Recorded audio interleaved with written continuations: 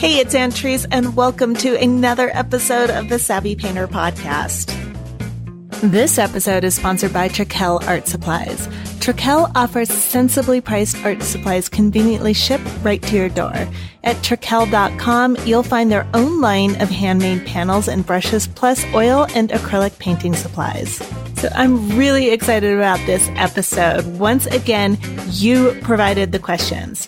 This week, we have Brian Trekell, who is the founder of Trekell Art Supplies, and Courtney Bridges, who's the president. They're here answering your questions about things like which brushes to use for certain techniques. I think that was a pretty popular question, so Brian and Courtney explain the differences between natural bristles and synthetics. And we even dig into how synthetics are made. We also got a lot of questions about how to care for brushes, how they're made, and how Trekell started their Pro Team line. And we also got some great questions from Kim, Kirsten, and Jan about panels. So we spent a good chunk of time discussing substrates, why Trekell only sells their coffin-shaped panels at Halloween, and what they'd love to build in the future. So I love these podcasts because, number one, I get to hear from you directly, and I learn so much from your questions, things I'm not sure I would even think to ask. Now, before we get into this episode, I want to let you know that Trekell has generously offered a discount to Savvy Painter listeners. You can get 15% off of your purchases at Trekell.com when you use the discount code SP2018. SP as in Savvy Painter 2018. So when you go to Trekell.com, that's Trekell.com, don't forget to use that discount code at checkout. Offer excludes Golden and Gamblin products, one use per customer, and it expires on June 30th, 2018. So, hi, Brian. Thank you so much for being on the Savvy Painter podcast. Well, Antrese, it's a pleasure to be here. This is actually the first time I've gotten to see you. It was always a phone conversation prior to. So we are a art supply company, got our foundation really in making brushes, and have fanned out from there. And we also have Courtney. So, hi, Courtney. Hello, how are you doing? So tell me what you do for Trekell. Do all kinds of stuff. Mostly now I'm sticking to the marketing and going out and doing meet and greets with everybody, conventions, reaching out to people, social media, this kind of stuff. So all the fun stuff is what I get to do. Awesome. My impression is that you pretty much do everything at Trekell, but I know you have other people there. I give them credit sometimes. So we have loads of questions from some of our listeners. We got a fantastic response on this. So a lot of curious people about Trekell. So my first question is from Ashley Marie.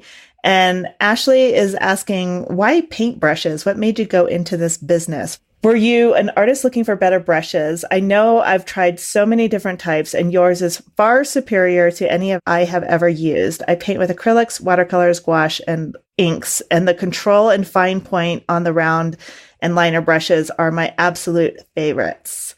Thank you for going into this business either way, no matter what your answer is. So, why paintbrushes? I get asked all the time, are you an artist? And no, I'm not. I started in the brush business just as an employee of a company that imported brushes from Asia. They decided they wanted to go into the manufacturing business, and part of my job was to learn everything there was. Started off mostly about hair, but it just turned into making of everything. So, in my travels, I met an awful lot of people. At the time, brush making was really a cottage industry. People took the materials home and made them in their house and brought them back to the factory. It was a few small places in the world where it was done. So I spent a lot of time in Japan, in Kumano, which is their little brush making neck of the woods. And I spent quite a bit of time in Bechhofen in Germany, which is their little brush making into the woods. Those little towns, that's all everybody does that lives there is make brushes. So you just spent a lot of time learning the industry. And then when I decided to go into business for myself, I had a lot of knowledge and figured I'd better stick with what I knew. And some of this started from a backpacking trip, didn't it? I remember you talking about that. Well, yeah, that's how I ended up in Asia. I was just a traveler. That's where I ended up meeting these people is just by traveling through Japan. You meet people and find out what they're up to, and they meet you and say, well, geez, how would you like to go to work for me? Well, gee, I could use a little extra cash, sure. The world was a little bit different back in the early 80s, late 70s, and you could just travel around the world pretty easily. It wasn't expensive, and there was always all sorts of adventures to go along. I think life is a little more complicated now than it was back then. But yeah, for a young guy looking for adventure, it's a good place to be. Asia was very exciting at the time. I bet. It still seems like it would be. That sort of leads into the next question from Oriana. She was asking, how many years have you been in production? I founded the company in 1984. So we would have 33 years now. Wow. Yeah, it's been quite interesting. It's been a very rewarding 33 years. I bet. So Boston wants to know, and Boston, I think this is the Academy of Realist Arts in Boston. Hi, my name is Boston. I'm a representational oil painter. And my question is about the name Trekell. Where did it come from? It is my last name. But anyway, I promised you the story, so I'll give it to you. And I'd always wanted to be in business for myself. And you come up with these, what do you name your business if you really want to be in business? How do you go about that? But I got the idea, basically, I was living in Hong Kong, and I was reading the book Taipan, which was about the history of founding time, fictional history, we'll say. But the main guy there was Stannis and Company, and it was just his name and company. I said, that's a good idea. If I ever have a business started, I'll just name it like that. But yeah, there's a lot of attraction when you live in places like Hong Kong, especially in those days when it was a colonial city, and read about, even if it is fiction, about how it came to be, and you start to get attracted to a lot of that kind of stuff. You have a much better name for that than I did. Like Wood and Company would not work. Yeah, but some people do have more of a marquee name. I don't think Trekell would be a marquee sort of name, but you would sort of, and Treese and Company wouldn't be bad. Yeah, that's a good one. See? And I'm sure you must have a middle name that you want to tell us what it is. The thing about my middle name, I don't know, like if you have this experience too, but the only time I ever heard my middle name was when I was in trouble. My mom would just be like, "Aunt Treese Elizabeth Wood." You go running inside. Yeah. Kind of like the way you said that, though. I mean, you could do something with that. Yeah, I could. Yeah. The next question is from Josh, and Josh was curious about how Trekell goes about creating the professional artist sets of brushes. Are the brushes made with something specific for the artists, or is it simply the go-to brushes that particular artists use? He says the Greg Crayola set is my go-to, but he's also very interested in how the making of acrylic brushes differ from oil brushes. The Pro Team sets are basically what those artists use every day. When Greg was the first one that we did the professional brush set with, and there were certain brushes that we didn't even produce at that time that we'd made specifically for his set. And then after that set sold out, we would add them to the Trekell line. So a lot of our artists actually are giving us ideas for brushes that we should add, but they're the exact same brushes that are in the Trekell line. They're just on a fancier handle that the artist picked out and decided that they wanted and packaged. I'm kind of curious now, what are some of the conversations you had with Greg, for example, for his line? Greg is an acrylic painter and he does fine detail. And then you also have somebody like Sean Cheatham, who is an oil painter. How did you kind of figure out their brushes? Did you just start with what they were using and then talk to them about what was working and what wasn't? I actually would just send them a bunch of brushes to try out, and then they would pick the ones that they liked the most. And Greg and Sean both like our Golden Taklon brushes. So Sean being an oil painter, he uses those, and Greg being an acrylic painter uses them too. So it's not that one was designed for acrylic or oil. They work with both mediums.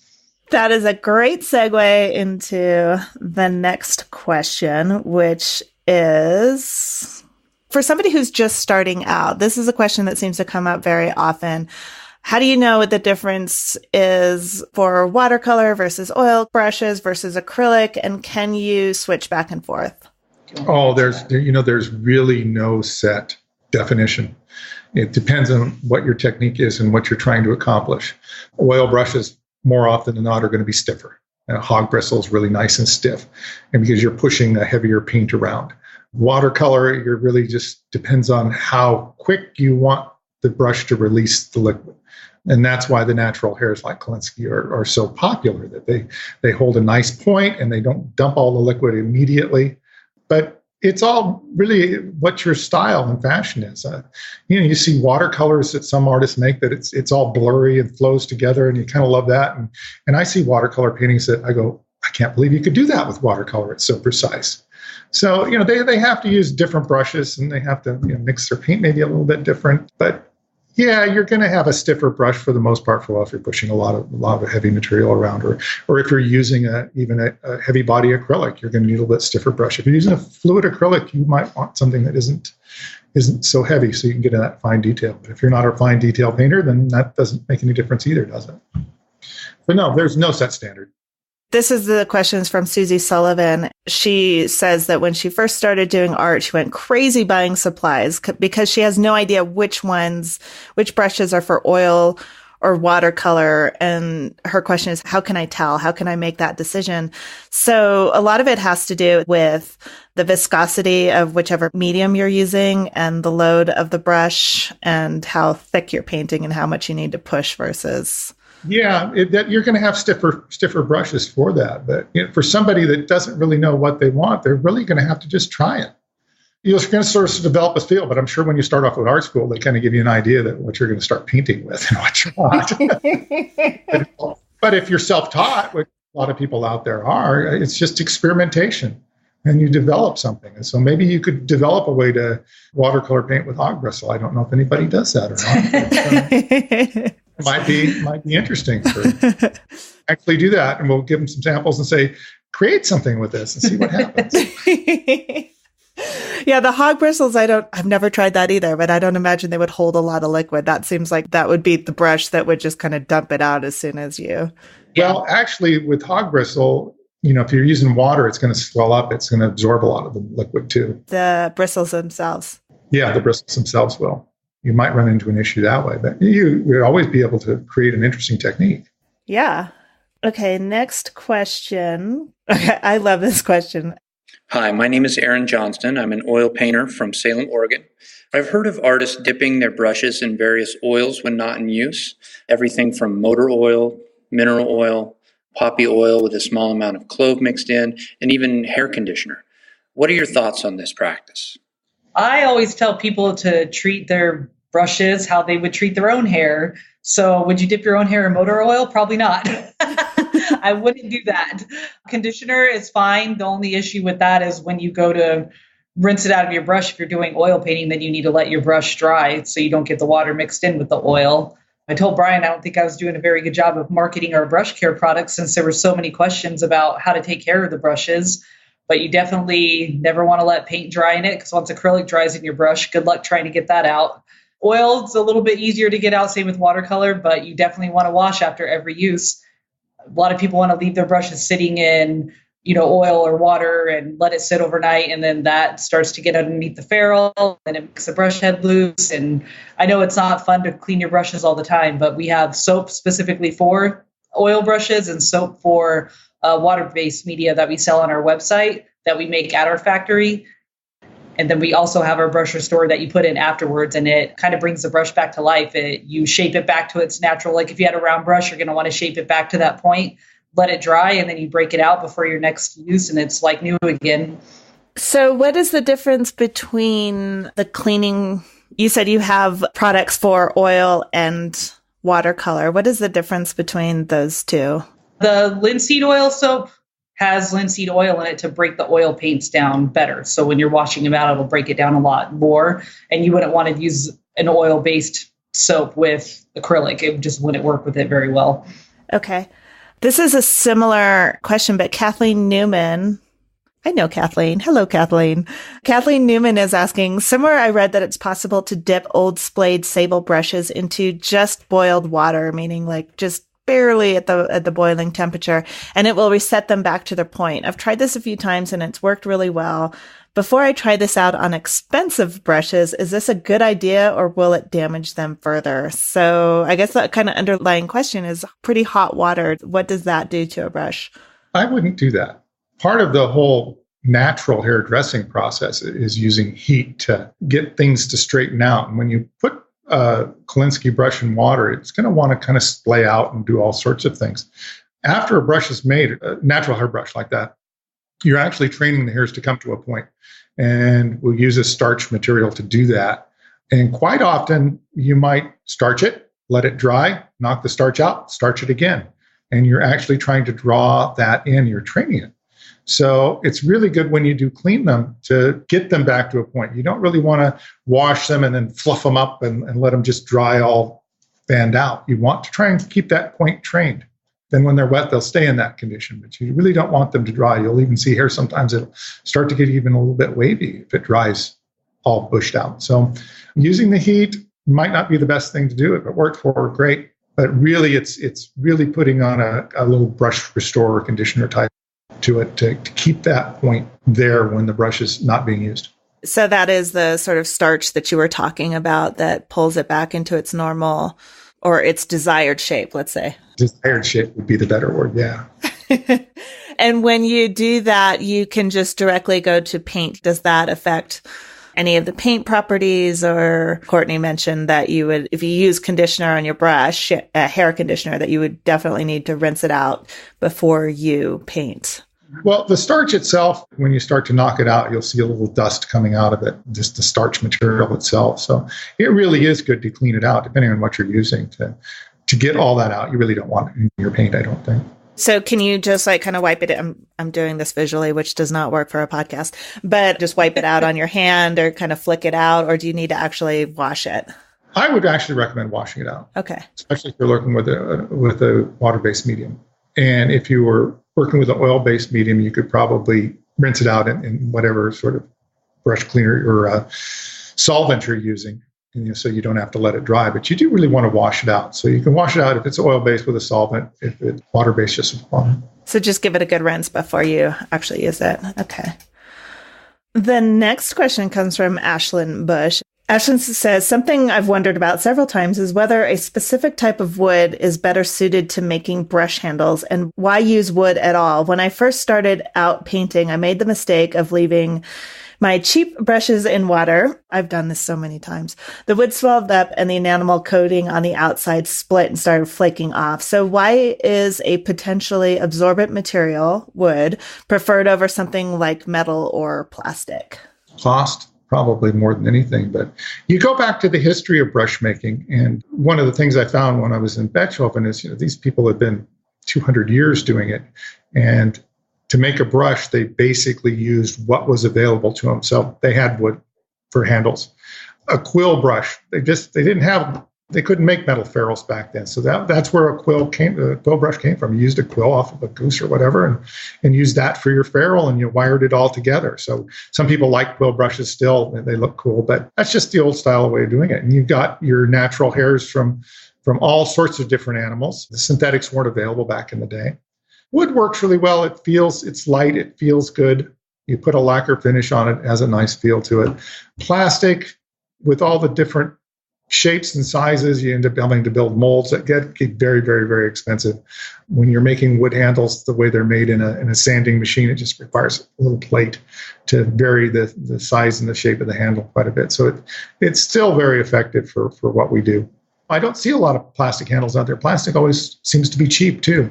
But no, the leaving your brushes to swell up, I've never really run into that problem or complaint before. So when you're painting in acrylics, it made me think of this because it's been a long time since I've painted in acrylics.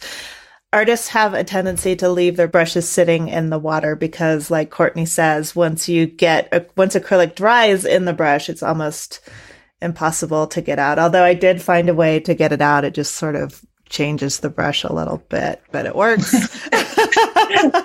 You can soak it in rubbing alcohol. If you soak a dried acrylic brush in rubbing alcohol, it comes completely out. But then the hairs feel so weird. It must completely dry it out. I'm not sure what it does. Probably did. Acrylic painters do have that complaint with you have to leave your brush submerged so the paint doesn't dry in it. But then if they just have the tips in water, then the tips get bent because they're sitting. So I always find little things on Pinterest that I'll post on Instagram and Facebook. And there was a pretty cool little contraption somebody came up with where it was like a foam roller that they cut and put on the side of a bucket. So the brush could like sit in between the foam roller and just the tip of it would be in the water. So it was basically kind of hanging there and the tip wasn't pushing down on the bucket. Interesting. That's a good one. Yeah, acrylic, that's I ran into that all the time. I go through when I did paint in acrylic, I would go through brushes like crazy because I'm really mean to my brushes. Unfortunately, yeah. I'm getting better. I'm getting way, way better. You learn to take care of your gear, but like I think every artist goes through this period where you're just like, I just bought this brush 2 weeks ago. Yeah, brushes can last for a long time if you take really good care of them. Well, you learn, like, the thing that I found, I don't know if you guys agree with this, that destroys a brush the fastest is doing that, is leaving it, whether it's in oil painting solvent or water, but just the fact that it is tipped down and the weight is on the tip. And if you leave it there for extended periods of time, like I did when I was like stupid, your brushes just get destroyed so fast and then you learn. Yep. Yeah, it's always time consuming to sit there and wash all the brushes out and take care of them every day. So I get why people just kind of forget about that part of it. The next question is from Guy Long. And Guy, speaking of handles, Guy has an aesthetic question for you. Hey there, my name is Guy. I've been using your brushes for about 4 years. And when I first started buying the Legion handles, they were an all natural color with a gold stripe and black tip on them. Now all your brushes are black with a silver stripe. And I'm just wondering, why did you change handles? Thank you. Brian let me take over the line and told me I could do what I wanted with it. And I decided that I liked that look better. And all of our lines used to have a different color. Some were solid green, some were green with the gold tip on them, some were a clear handle with the gold tip. So I decided just to take all of our brushes and make them all the same color. So it has nothing to do with the functionality of it. It is in fact purely aesthetic. Yep, that's it. Nice. It's our signature. Yeah, signature brush now. So I mean, anytime you see an artist post anything on the internet, I can pick our brush out just from that silver band that's on it. The next question comes from Marushka Laszlo, and Marushka's asking, she has a few questions. So we'll start with number one. Somewhat similar to that topic we just talked about, why do brushes splay even after they are properly cared for? I heard it's because the string used to tie the filament was tied too high. Is that true? No. Why do they splay, Brian? Actually, if they're splaying, it's because they're either not cared for the way they should be, or the materials being used are just inferior. But quality materials, most brushes aren't tied anyway anymore. Natural hair brushes are. But they're also glued in there. And quite often, with squirrel brushes and stuff, you tie them and you actually pull the string out after you get it in the ferrule. But synthetic brushes aren't tied. So it really is more than anything just a poor quality of material, whether it be synthetic or even in the natural hairs using a poor quality or a poor process. We call it dressing. Hair gets dressed before we use it. And if that's not done right, if hair isn't treated right, then it's just not going to behave the way it should. I'm just kind of curious, where does all the bristle and the hair come from? Does it come from the U.S. or do you bring it in from other places? Most of it originates in China. Uh-huh. And then the Chinese don't really process it all that well. So they'll process it and then it'll go to a European hairdresser that reprocesses it again to make it of a quality that we're willing to use. What do they do when they process it in Europe? What does that mean? Depending on the type of hair, it depends. And they heat treat it. They also use light sort of acids to changes the makeup of the hair or the proteins of the hair. And it's much more complicated than I know anything about because those are all secrets that they don't share. But if you were to buy a bundle of Kolinsky hair from China, it'd be almost unusable for what we do. And that's what they end up buying. And then they reprocess it to make it into stiff, nice stuff. Gotcha. Chloe is asking how the quill mops are made and what is the history of this brush. Their design is so antique and handmade looking. I've wanted to learn about them, especially now that I've ordered one from you guys at Trekell. Thanks so much for being an awesome artist-focused company. That comes from Chloe. That's all. Well, that actually goes back to what I was saying earlier, is that in the day, we didn't have ferrules. So they used quills from large birds. Goose probably most of anything as a ferrule, and you wrap it around and then use wire to tie it. So you basically have a cylindrical tube made from a quill. You put hair in one end and you stuff the handle in the other, and you use some sort of wire that doesn't corrode to attach it all together. And so, yeah, it is very antique because that's the old days. But it's something that's sort of hung around, so we still do that kind of stuff, except we don't use quills anymore. We use a piece of flat plastic too, but it's still the same effect. You mentioned earlier that some of the brushes, in response to the question about the string, that some are glued and some are in a ferrule. So this might seem like a dumb question, but how does that work? When do you need to glue a brush versus crimp it, I guess? I'm not even sure how they just magically work for me. That's all I know. Yeah, it's all magic, actually. That's So Trekell, Brian waves his magic wand and then boom. Yeah, that's the end of that. No, all the filament is glued into the ferrule. It's just whether you've used to tie them, because you will tie a natural hair brush and you'll actually roll it in your fingers to get the desired shape. Those are some of the techniques, but all of the filament is always glued into the ferrule. And then a ferrule is attached to a handle with a crimp, which is just a machine that grabs all of it and squeezes it. We actually glue them and crimp them because we want to make sure that they're, if the wood swells too much, it'll loosen up the crimp. Sometimes if you ever have a brush that gets loose, that's because it's swelled in water too long or whatever. And so to avoid that, we glue them and crimp them. So there really isn't any problem there. But a lot of makers don't go through that extra step. The tying is really more of a technique depending on what material you're using. Gotcha. Next question comes from Sarah Sedgwick, and Sarah says, I just bought my first Trekell brushes and I'm loving them. My question is about brush sizes and why you make some shapes and not others in each type of brush. Why aren't there round opals, and why is a long flat in the golden Taklon but not a regular flat? Also, follow-up question about brush sizing. The numbers, is that determined by each brush maker individually, or is there a standard system for numbering brush sizes across brands? Thank you. The reason the opal brushes don't have rounds, or the only shapes we have right now are flat and filberts, are because we just added them to the line. And we always start off with the flats and the filberts to kind of do a trial run, see if people are interested in them. Or we're going to invest and put the whole line together. So we always just kind of want to feel it out. And with the long flats being in the golden Taklon line, that was actually a suggestion for one of our artists. And because our Taklon sells, those are our top selling brushes, we can pretty much add anything to that line and we know that those will take off. So it's always, we just want to feel the market out first before we go forward with anything. The sizing on the ferrules, I think Brian would kind of know better why they do that, because I understand, a size 0 in a hog bristle is not a size 0 in a Taklon brush. They're totally different. It's like women's jeans, right? They're never the same. Not at all. I think you guys have the answer to the question. Sizing actually varies by country. And so if you're an English brush maker, your sizes are different than a German brush maker or a Japanese brush maker. Huh. But it is sort of interesting that if the brush is on a short handle or a long handle, it may be exactly the same size brush, but a different number. Really? So there is a tradition that goes along with it. Our Taklon brushes, let's say a number 2 round on a long handle is a number 1 round on a short handle. They're the exact same size, but depending on the handle is what we're going to label it. And it's just the round brushes that do that. And I think it has to do with a short handle is going to be used for more like a watercolor. So those sizes go with like a watercolor size, whereas the long handles will be used for oil painting. So those go more with the oil painting size. It's very, very strange. It's really fun to try to explain that to artists too. Yeah. And if you guys could see my face right now, you listening, I kind of look like a puppy that's hearing a weird noise. I'm just like, what? Yeah. Yep.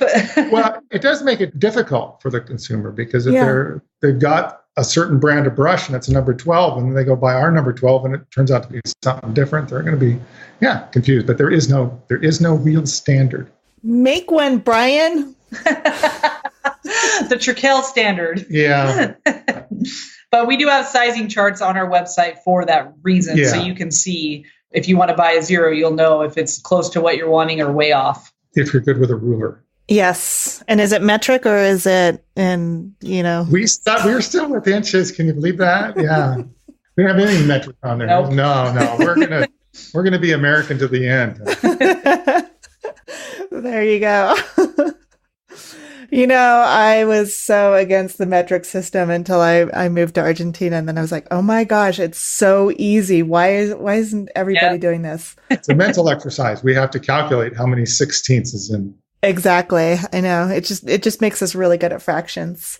Yeah. Marcia Geiger is saying, I'm a huge fan of the way natural mongoose brushes handle, so my holy grail is to find a synthetic version that handles like the real thing. These filaments come from rather large chemical companies. They come up with stuff that fits the bill the best they can. I don't know if it's really possible to make a synthetic filament that would actually imitate mongoose or Kolinsky or hog bristle for that matter. I don't think it's really possible. Maybe if somebody had millions and millions of dollars to spend to do it. This is what they've come up with. And some of it gets rather expensive. That's why the Legion brand is an expensive line. And it's because the material we put into it's not cheap. But the Legion is kind of a medium stiffness, hog bristle being very stiff, Legion in the middle. That's where mongoose was popular. It's stiffer than Kolinsky, but not as stiff as hog bristle. So got it.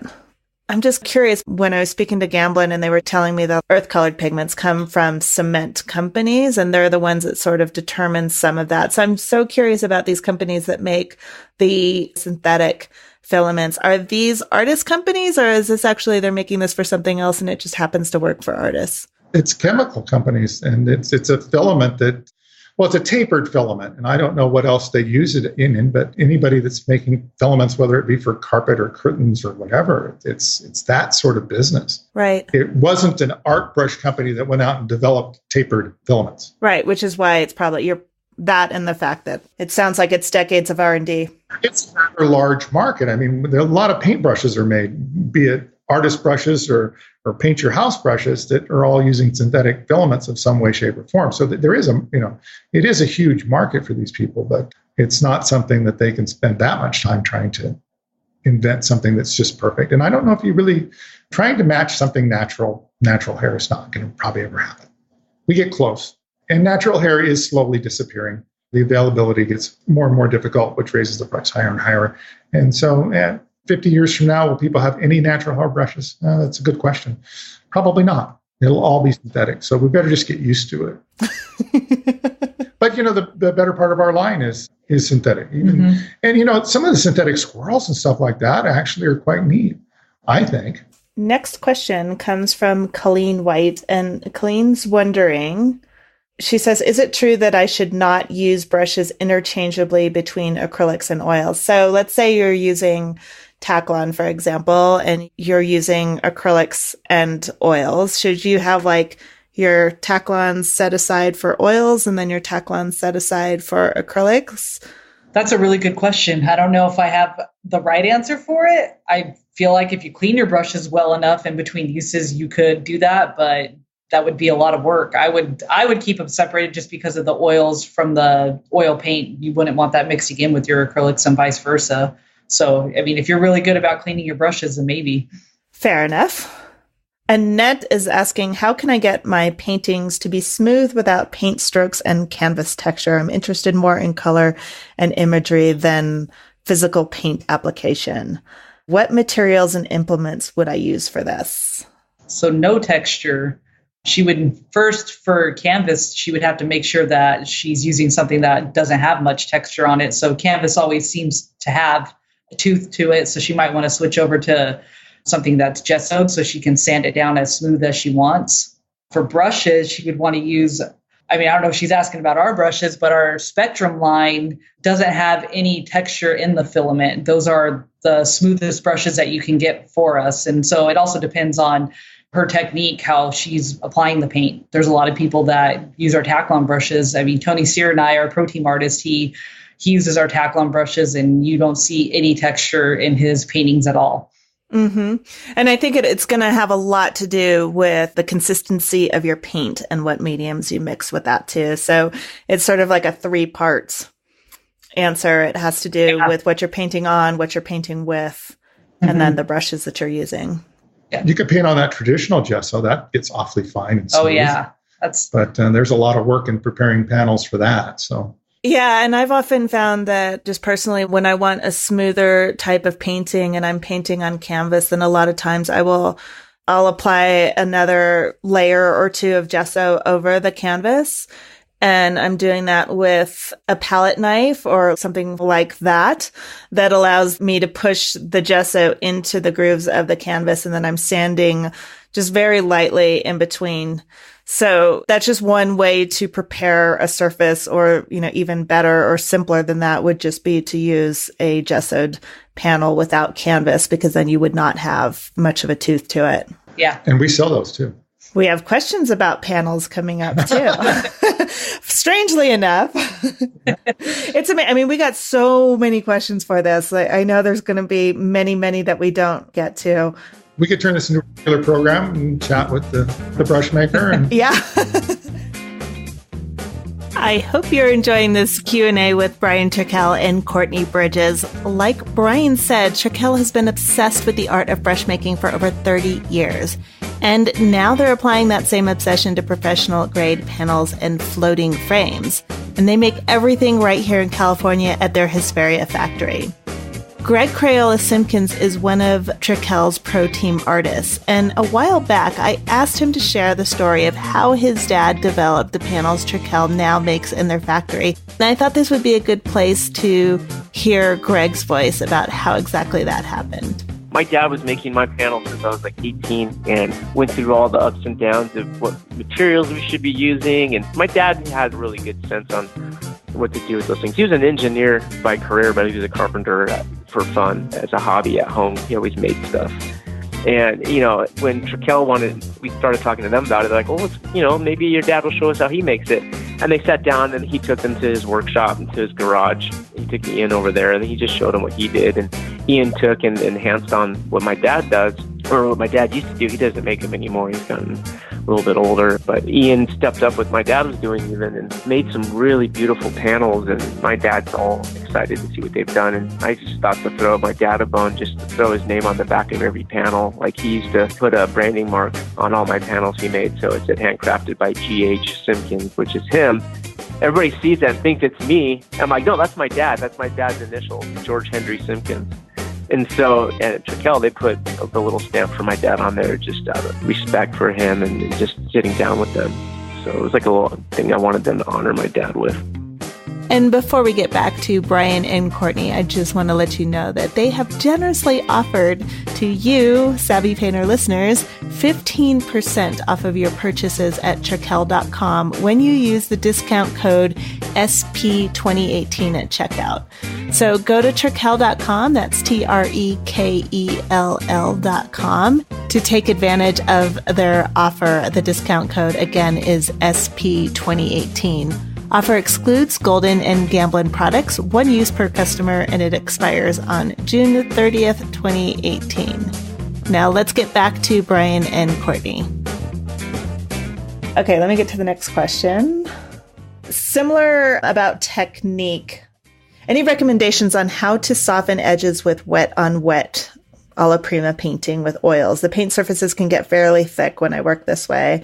I don't like the color that blending creates, but they want to soften more edges. So he's saying mostly I use 4, 6, and 8 bristle flats and Egberts, and I like the spring of Bristian synthetic flats and long filberts, but they leave an edge that is too hard. He must have not seen the video that we did with you when you used our goat mop brushes. That is a great way to do it. Yes. But yeah, definitely those goat mop brushes are awesome for softening edges. And it doesn't really blend the colors like he's complaining about not wanting. It really does just soften those edges slightly. Yeah. And I think that, again, is going to have something, if I can just jump in as... Of course. I'm just going to start answering the questions. But again, that has to do with alla prima painting. A lot of times people tend to work very thickly. And so the mop brushes do allow you to sort of pull that thick paint over what you have next to it. So that's sort of a nice little trick. And then otherwise, I would say maybe thin out the paint a little bit with some medium might help with that. But if you want a soft edge, you're going to be probably using a softer brush to achieve that. Thank you. So the next question comes from Kim Vanderhoek.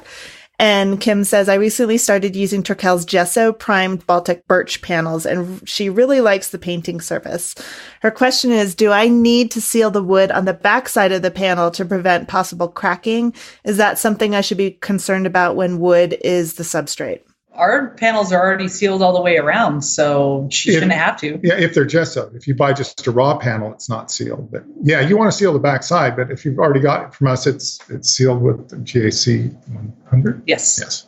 Yeah, we use Golden's GAC 100 to seal our wood panels and our hardboard panels before we put the gesso, oil ground, linen, anything on it. So they're already sealed for you when you get them. Front and back, the whole thing is sealed. Yes. Kirsten is asking, will you ever have larger coffin-shaped panels and sell them year-round? So tell me a little bit about these coffin-shaped panels and when you sell them for people who don't know this. We actually had an employee that said that he thought it would be a good idea to try out some coffin panels. So we did it. Once we started up our wood shop, we were maybe up for 6 months, and we just kind of did it to see what would happen. And it's some of our top selling panels now. We started off with one size, and then the following year we added another size, and we've already talked about possibly doing a jumbo size and a mini size for next year. We only sell them in October. For Halloween then? Yes. Ish. Yes. What sizes do you have them in then? We just call them our small and large. So the smalls are about 17 inches, 14 inches high, and the larges are around 21 inches, I believe. They're smaller, but we want to do, how big were we going on the jumbo? We were thinking about 6 feet, but we were thinking about doing a life-size panel and having somebody paint it. paint themselves into it. That's the idea. That would be really fun. That would be really fun. We're thinking maybe going up to 28, 30 inches, maybe for the large, and then doing the mini one, 10-inch panel or something like that. Leaving it up all year long doesn't really get people excited because they know they can get it whenever they want. So we like to do it around October because then we can stock up early in advance and just be ready for it when it gets here. Nice. Next question is from Jan Walker, and Jan is asking, how do you decide which is the best wood to use for your wood panels? What properties are the most important? Baltic birch is just the mainstay of everything. It's a high quality plywood, and everybody uses it. It's pretty impressive stuff. And I think because birch is considered a hardwood, but it's kind of on the soft scale of hardwoods, you're not going to run into the cost of something like maple or something like that. And maple will be actually just a veneer put on maybe some fir or something like that, plywood. So with the Baltic birch, it comes from the northern part of Europe, and it is 100% birch, both sides in the middle a whole bit. And everybody just sort of used it. We really didn't do a lot of research into other possibilities, because it's commonly known to be a really high quality hardwood, but not too hard type of plywood. And the surface is very, very smooth for painting. People love it. Yeah, that would be one of the the first most important. And then we start asking questions about longevity.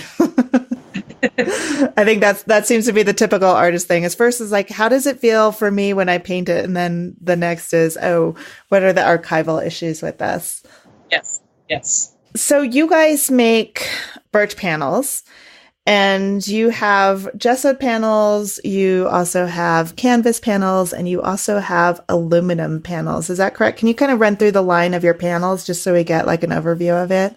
The substrates that we have would be our birch, hardboard, aluminum composite, and gator foam. And then the finishes that we have for those are the gesso. We use Gamblin oil ground. We just added to the line. We use Clausen's linen, and then we use Arches watercolor paper on some of them too. I know that I'm missing some more finishes. We have lead prime linen that we use from A&E Arts Canvas back in New York. They do all the lead priming. That's a very, very nice linen. And I think that's about it. Clausen's is available in acrylic and oil. Yeah. Gesso, so depending on what you're painting with. Yeah. So there's about 6 finishes and then 4 substrates that you can mix and match. Okay, so we've got the canvas. So I used to paint on metal because I thought it was really experimental and fun. So I'm kind of surprised to see that now that it's part of your line, because of course it's only me who thought of that. No, but and I would do it very, very different. differently, but you guys prepare it very, very well. For you guys, what made you decide to start offering it with aluminum, and what are the advantages of that? I had a artist, our good friend Matt Hurtado. He just actually lives across the street from the factory. He came down with an aluminum panel that he'd been painting on and was like, I think you guys should add this to your line. It's really awesome. So we kind of looked into it and we got it in the factory and started putting the linen on it and gessoing it. And we agree with them. I mean, it's so archival and it's not going to warp. And if you drop it, you might kind of ding up the corner, but you're not going to break it like a wood panel or a hardboard panel. They're so durable. So it's a really, really nice substrate, and it's kind of cutting edge and new, and hasn't caught on 100% in the art world, but we're seeing a lot more people buying it. Right. And so you have that gessoed or cover, or any of the substrate, any of the finishes, I should say, are available on that, including the watercolor paper? Yeah. Okay, next question comes from Richard Harvey. And Richard's asking, how do you create the wood floating panels? I've never seen such quality work in any product such as yours. That's very nice of you, Richard. I'm proud to share your name to my fellow artists. I'll be ordering more floating frames and panels for an upcoming show. I hope you have them in stock. Keep up the great work. So the question is, how do you create the wood floating panels? Well, the floater, we have cradle panels. And then we have a floater frame that can be used with that. And really, floater frames really make a piece stand out without detracting from it. We get these massive hand-carved frames that they used to put on pictures. That was part of the artwork in and of itself. But if we're just trying to highlight the actual painting itself, something very simple like a floater frame really adds an awful lot. Instead of just being block that's sitting out there, now it's got a little reveal to it. It's got a little shadow around it. They've been around. We didn't invent them by any means, but what we tried to do was figure out a way to make them cost effective, because they can be very expensive depending on where you go to buy them. And that's all we've really accomplished. We don't give a lot of different possibilities. In fact, you're going to get just one size. It's going to have a 1/2 inch frame, and it's going to have a 1/4 inch gap, and it's going to have a 1/4 inch reveal, and that's it. We don't really give a lot of choices out there because we don't feel it's necessary, at least at this point. And when you get too many choices, then it just becomes more and more expensive for everybody. So they're made to fit our panels. They are quite striking. We've got some new things in the works to make them even more striking and more interesting, but everything takes a little bit of time. All of these are kind of handcrafted in your factory in Hesperia, right? Yeah. We've got a team of woodworkers that slave away at this. But yeah, it's kind of fun because working with wood is fun. It's creative in that way also. Right. And then we know what we're doing. We're making things that people are going to paint on and enjoy that way. So it's a lot of fun. Probably better than working in a cabinet shop. You guys started out making just brushes, and you've been sort of expanding the line. Can you talk a little bit about how you decided to go from brushes and then into panels? Actually, a lot of the things that we do come from the artists that we work with. And we had the idea to add paint to the line maybe 3 or 4 years ago. And I was talking to our Pro Team artist, Greg, about it. And he was like, well, if you guys are going to add paint, he's like, you need to also add a substrate. And he was like, my dad makes mine and he would love to show you guys how to do it. So I told Brian about it, and we went down, hung out with Greg's dad, and he showed us how to do it. And then we've just been in business ever since doing that. And then Gamblin, we kind of built a relationship with them. And I kind of asked them, what do you guys think about us selling your product on our website? And they were all about it. Same with Golden, both amazing companies to work with. And we are currently working with General Pencils to get them on our website too. And it's just fun to have the brushes on the website, but it's also a good idea to have more things for the artist to buy so they don't have to go to multiple websites to get all these different things. They can come to our website and do a one-stop shop. Mm-hmm. That is fantastic. Pretty much everything we do is based on feedback from artists that said, you should probably look into this. You told me a story about when you were running Trekell out of your apartment in Brea, and you would go visit artists and talk to them, and actually sit there and talk to them about the brushes and sort of change the brushes based on what they said. And I really love that story because it kind of shows how much you as a company are willing to listen to artists and hear what they have to say about using your product and sort of adapt to their needs. Yeah, we've always tried to stay connected to the customer in that sense. And it's still actually a real driving force behind the way we run the business. It's not what we want. It's what the customer really wants and trying to fill their needs.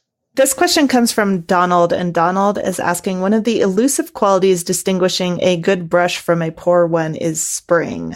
How do you measure spring in a brush? I really don't know that we ever measured spring I know how they do it. I learned this trick a long time ago. You rub it on your chin.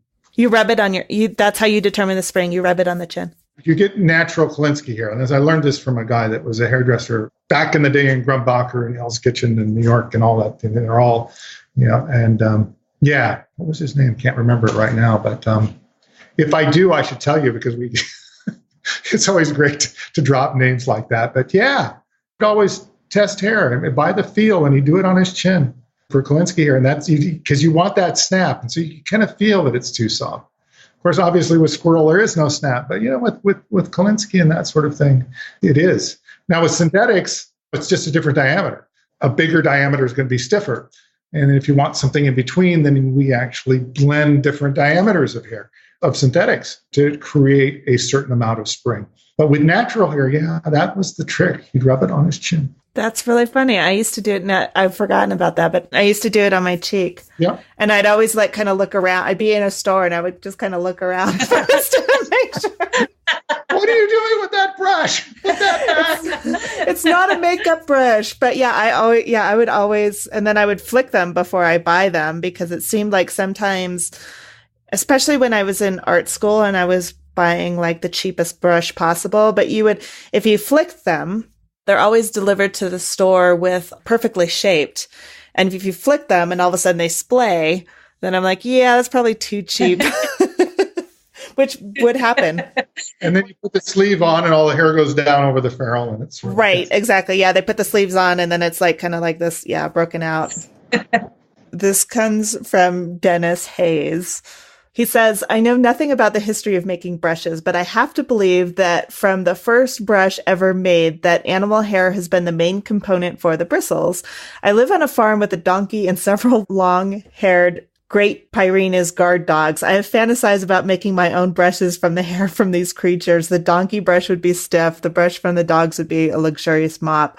I guess my question is, should I try to make brushes from my critter's hair, and do you use any animal hair in your brushes? Okay, well, we do use animal hair. We do use natural hair, of course, and the Kolinsky and the sable and the bristle. Gosh, there is so much else out there. Horse body hair is a real big thing in makeup. Of course, we use goat too. Goat is a big thing, and of course, because of the softness and makeup.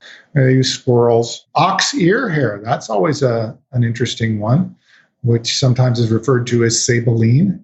That was only the hair out of the cow's ear. I don't really know what that was about.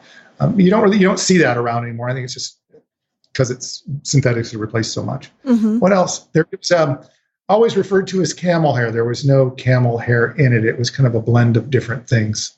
But yeah, they also referred to camel hair. It was kind of a cheap stuff, but no camels involved in that. But no, it'd be pretty difficult to try and...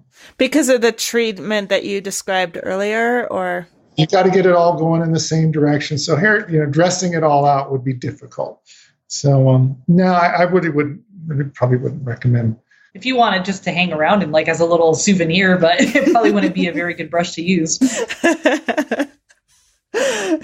His dogs would suddenly become very suspicious of him too. Yes.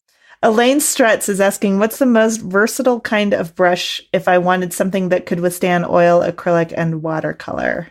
What would you say is the most versatile brush? Our tack-on brushes they're it. They work with all mediums. I got to say, I was really impressed with them. Yeah, so that's the brush she's looking for right there. They're not super stiff. They're right there in the middle, so they'll work with everything. They hold enough water for watercolor. It's not going to be as much as a natural hair brush, but we still have people that prefer that over Kolinsky for watercolor.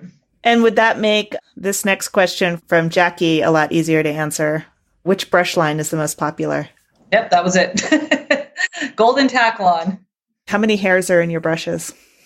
Oh, that's great, because we actually have a brush that we used to count. It was a striping brush, and what was it, 12? 16. 16. That's the only brush that we counted out the hairs for. We wanted them very consistent, and so we take it with long Kolinsky. It was a Kolinsky striping brush. We count out 16 hairs, put them in a ferrule, get them all even, and crimp the ferrule because you flatten out a little bit. That is great. Because 16 is not very much, but yeah, that was the only one we ever counted.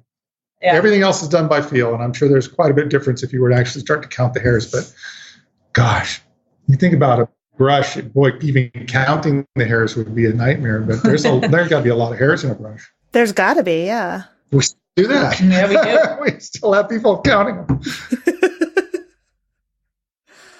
Chad Jones is asking, if you could make brushes for and would be exclusively used by one artist no longer living and one artist currently working, who would you choose and why? Van Gogh, just a lot of brush strokes there. And I've always kind of liked that. It looks like you could see the bristles from the bristle, it's the stripes as they do a lot of that. I do like that. I guess as a brush maker, you want to see your little signature in there a little bit. The first artist I ever took interest in, I know it's cliche, but it really was like the first artist that I saw that I was just intrigued by his artwork was Salvador Dali. I've always loved his work. It's always fascinated me. So yeah, I would, and I'm sure he'd be a really fun guy to work with too. He would be so interesting, I think, to yes, sit down and talk to. Oh yeah. Shakar is asking, who was the first person to officially join the Trekell Pro Team? There was actually 4 artists that joined all at the same time. I would say, though, the first artist that we worked with closely was William Whitaker. He was teaching at BYU, and he started recommending our brushes to all of his students. And the lady that dealt with the artist before me, she kind of built a relationship with him, and we started working with him. But the 4 artists that we officially added to our pro team when that came out was Greg Simpkins, William Whitaker, Dabs Mila, and Glenn Arthur. Nice. Now we've grown to about 11. I think we're up to 11 pro team artists right now. Fun. Yes. That must be, I just keep thinking that must be so fun to them to just be like, okay, what is because that would be a hard thing to kind of choose and to decide is what is my signature line of brushes? Yeah. Yeah, they really get excited about it. And it's fun to see them put it together because once they have their name on it and it's out there, they're so proud, and they should be. I mean, they're amazing artists and they deserve to have a brush with their name on it. Mine would be Mark Ryden. Ha, that's a good one. Would love for him to use our brushes and him have his own brush line. This is from Leroy. Okay, my question for you was, what should I use to clean my brush before I'm ready to paint without harming the brush? Was lacquer thinner too strong to clean the oil out of? Did I preserve my brush? And if so, let me know something that will not harm my brushes, please. That's the question I have for you because right now I'm a little confused about that. Thank you. Well, it depends on what he's painting. And we have soap for acrylics and we have soap for oils. And you probably have to clean them when you're done painting, not so they are clean before you start. But it's not a clean and then use, it's a use and then clean sort of deal. But yeah, we have 2 products, actually 3, because the brush restore works really great too. And if you're only using one medium, then it's easy. You don't have to buy all 3, you just have to buy 2 of them. But if you were using lots of mediums, you've got 2 different soaps and a brush restore to use. And it's really just washing them out in warm water and making sure they're really, really, really clean. Okay, so we'll get technical here because obviously there's lots and lots of stories and misconceptions and myths about cleaning your brushes. So let's get really technical on this, on how you actually clean your brush. So now there's some people I know that say you wash it on your hands. You basically are you've got this lathered up brush and you're kind of rubbing it back and forth on your hand to get all the stuff out because, all of the pigments and whatever out. Some people get really weirded out by that because they feel like they're rubbing chemicals into their hands.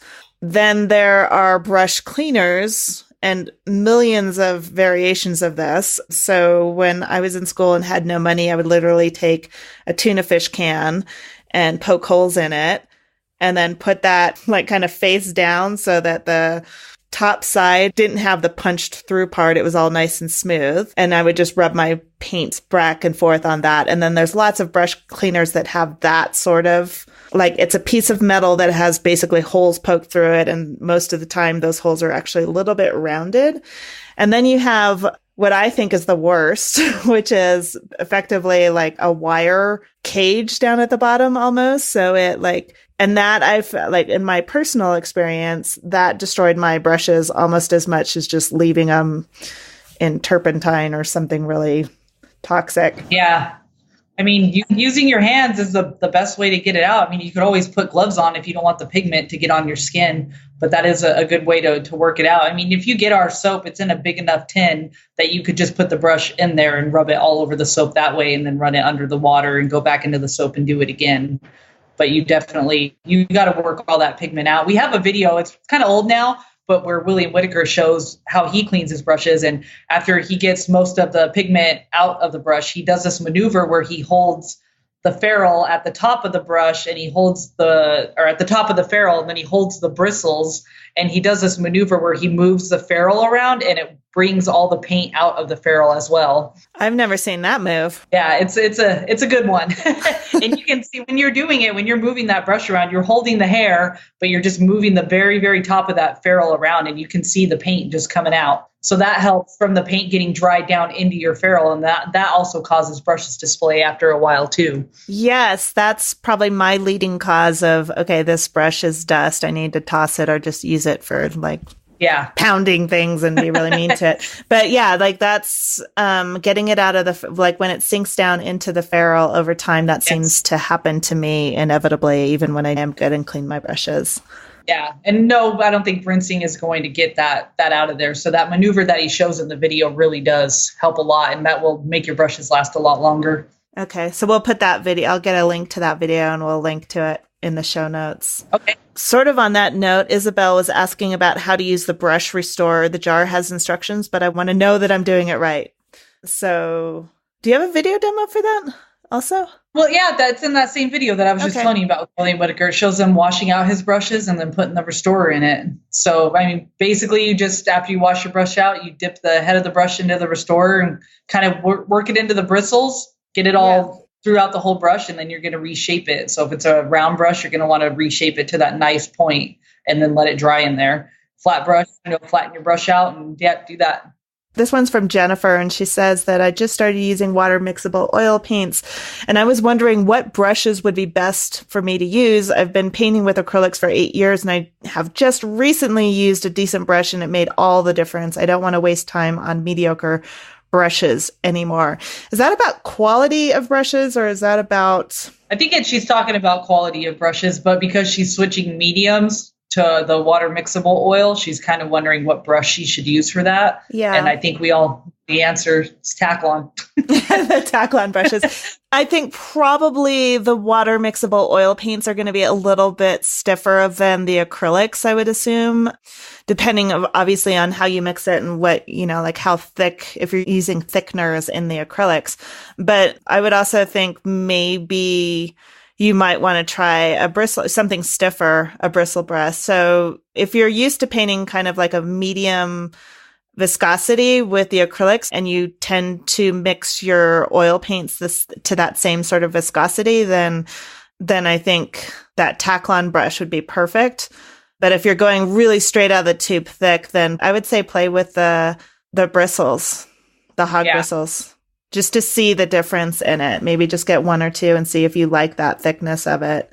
Yeah, exactly. I was just thinking more along the lines of like a brush that you would use for acrylic and then switching over to the water mixable oils. The Taklon would be a nice transition. Yeah. Yeah. I mean, I think like in general for brushes, the tendency is hog bristle for oil paints because they're stiffer, we talked about. And then with the watercolors, you want something like Brian said that will hold it. But just kind of like in the same way, I kind of talk about this a lot on the podcast. Also, really the only way that you can get a lot of the answers that you're looking for is to kind of paint your way through it. So there's these tendencies, but there's also, you can break all these rules and just play and find what suits your style the best. There's so many variations, and there's in both how you mix the paint, what you're painting on, and the stiffness of the brush. And that gives you a lot to experiment with and just make a mess with in a good way. Like have fun making a big mess and playing. Yes, exactly. All right. Well, thank you both for coming in and answering all these questions. I really appreciate it. It was a lot of fun. Welcome. And we'd like to thank everybody for submitting all those questions. It was kind of overwhelming. I didn't expect such a big response. Hey, it's been great, Andres. Really, thanks for having us. Before we go, I want to thank everyone who submitted questions for Trekell. I love hearing from you guys, so thank you so much for helping me make this episode. Do me a favor if you can. If you enjoyed this episode, share it with a friend and let Trekell know. You can follow them on Instagram at Trekell Art Supplies. Also, don't forget to take advantage of your discount code. Get 15% off of your purchases at Trekell.com when you use the discount code SP2018. This offer excludes Golden and Gamblin products, 1 use per customer, and it expires on June 30th, 2018. I'm deeply saddened to tell you that since we recorded this episode, we learned that Bill Whitaker has passed away. Bill was one of the first artists who helped promote the Trekell art brush line, and he became a close friend to Courtney and Brian. Our hearts go out to his wife, Sandra, his family and friends, and the many lives that he's touched.